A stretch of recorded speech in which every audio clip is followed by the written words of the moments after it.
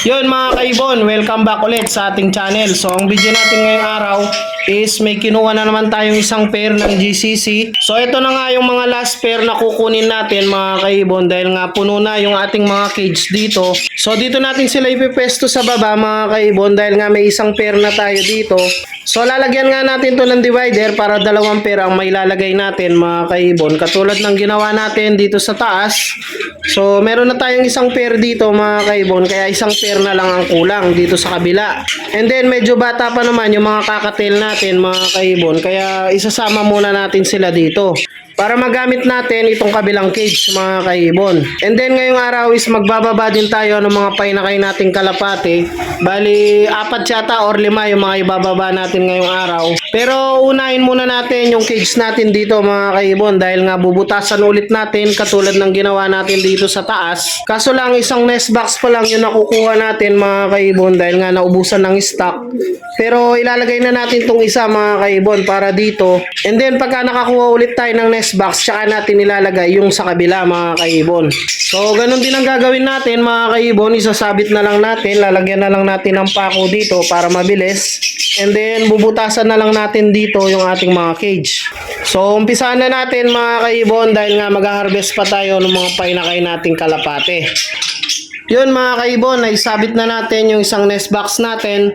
And then nailipat na rin natin yung mga kakatail natin dito. So dito muna natin nilagay yung mga kakatail natin dahil nga pwede naman sila magsama dyan ng mga budgie mga kaibon. Dahil nga hindi naman matapang yung mga kakatail. Dahil nga gagamitin din natin yung kabila mga kaibon na yan. Meron din kasi tayong isang pair dito. So kulang na lang tayo ng nest box dito mga kaibon dahil nga wala nang stock. So pagka nakakuha tayo ng nest box, maglalagay din tayo dyan ng isa mga kaibon. So inuna lang natin tong isa para dito sa mga bagong kuha natin mga kaibon. Bale ito pala yung mga bagong kuha nating pair mga kaibon. Ayan. Isang pineapple mga kaibon at isang green split pineapple mga kaibon.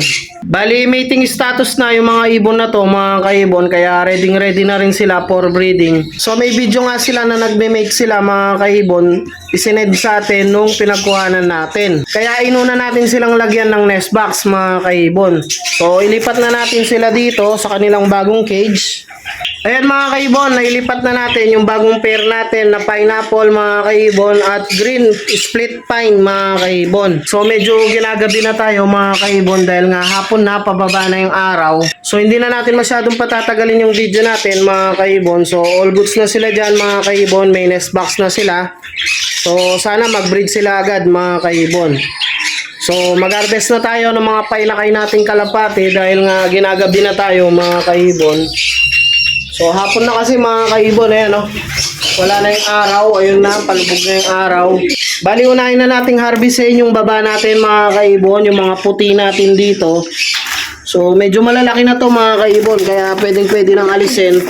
And then may itlog na ulit yung kanilang parents mga kaibon, no? So tanggalin na natin. Yun. Ayan mga kaibon, no? So first time natin makapagpalabas ng puti mga kaibon, no? Pure white. Wedding line mga kaibon, no? And then yung isa, yung kapatid niya, ayan. Yun, no?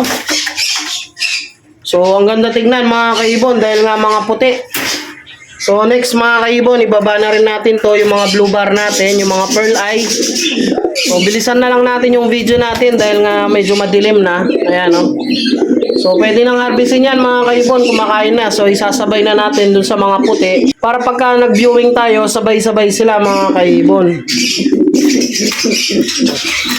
Ayan mga kaibon, bali 2 blue bar, 2 puti na off color. And then yung isa rin natin dito sa taas, yung nag-iisang painakay nila dito, harvestin na rin natin mga kaibon dahil nga may itlog na rin ulit yung kanilang parents. So medyo madilim na mga kaibon. Malaki na rin to mga kaibon, and then ang ganda ng kulay niya, no? Yun, bali ito yung nag-iisang inakay natin dun sa taas mga kaibon. Ang ganda nga ng kulay niya mga kaibon, black grizzle. Ayan no. Kaso lang hindi natin to nasingsingan mga kaibon dahil nga nung sisingsingan na natin dapat to, medyo na busy tayo mga kaibon, kaya nung sisingsingan ko na, medyo malaki na yung paa, hindi na kasya mga kaibon. Kaya hindi na natin nasingsingan. Pero ang ganda ng kulay niya mga kaibon, no? Black gristle. So, ayun, bali hindi na natin masyadong patatagalin yung video natin mga kaibon dahil nga gumagabi na. So, dumidilim na dito sa ating ibunan. Bali, ayun na yung video natin ngayong araw. Kompleto na yung ating mga cage. So, puno na yung mga cages natin dito para sa ating mga GCC. So, last pair na yon na kukunin natin mga kaibon. Bali, hanggang dito na lang muna yung video natin ngayong araw mga kaibon. Update ko na lang kayo sa mga ibang ibon natin dito sa mga next video natin. So, huwag nyo kalilimutang mag-like, share, and subscribe. And i-click nyo na rin yung notification bell para updated kayo sa mga susunod pa nating videos. So, happy breeding sa inyo mga kaibon. And ingat!